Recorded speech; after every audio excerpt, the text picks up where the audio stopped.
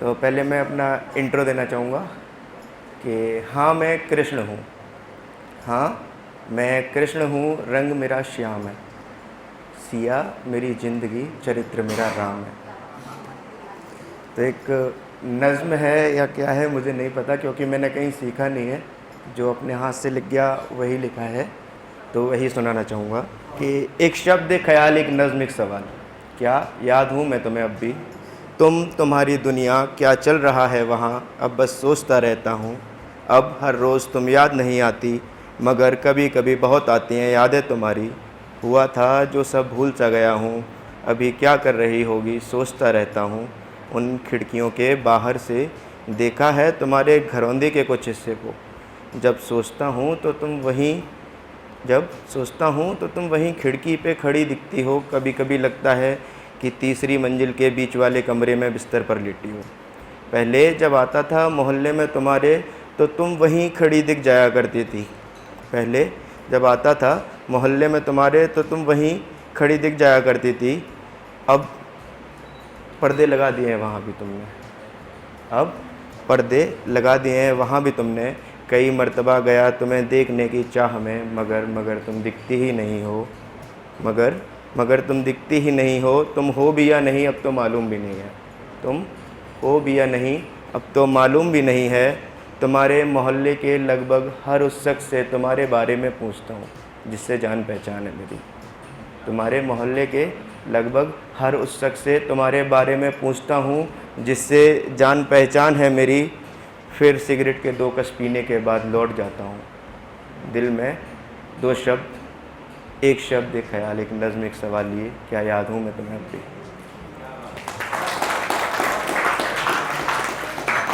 एक और थी कि एक हमारे यहाँ पे न्यूज़ में मैंने एक खबर पढ़ी थी कि मतलब एक जाति संप्रदाय को खिलाफ़ नहीं है ये चीज़, जबकि पक्ष में है कि मतलब ऊंच नीच हमारे यहाँ पे बहुत ज़्यादा होती है, खास करके इंडिया में ही जाति व्यवस्था है अगर देखा जाए तो एक अपर कास्ट की लड़की थी, तो वो लोअर कास्ट के लड़के से प्यार करती थी।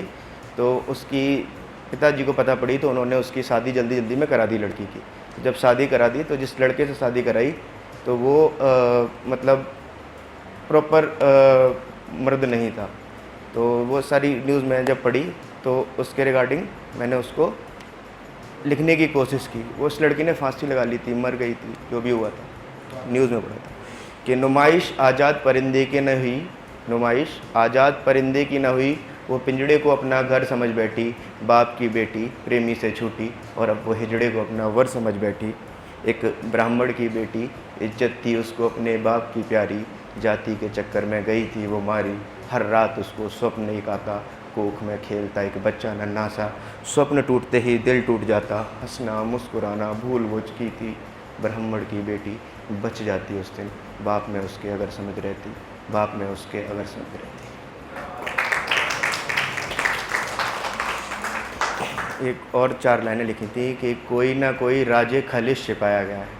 खलिश का मतलब होता है दर्द, कि कोई न कोई राजे खलिश छिपाया गया है, वरना वो शीशे खिड़कियों के काले नहीं होते, वरना वो शीशे खिड़कियों के काले नहीं होते, जिनके घर के चिरागों से रातें चमकती थीं, जिनके घर के चिरागों से रातें चमकती थीं, आजकल उनके घर में उजाले नहीं होते, कुछ तो छिपाया गया।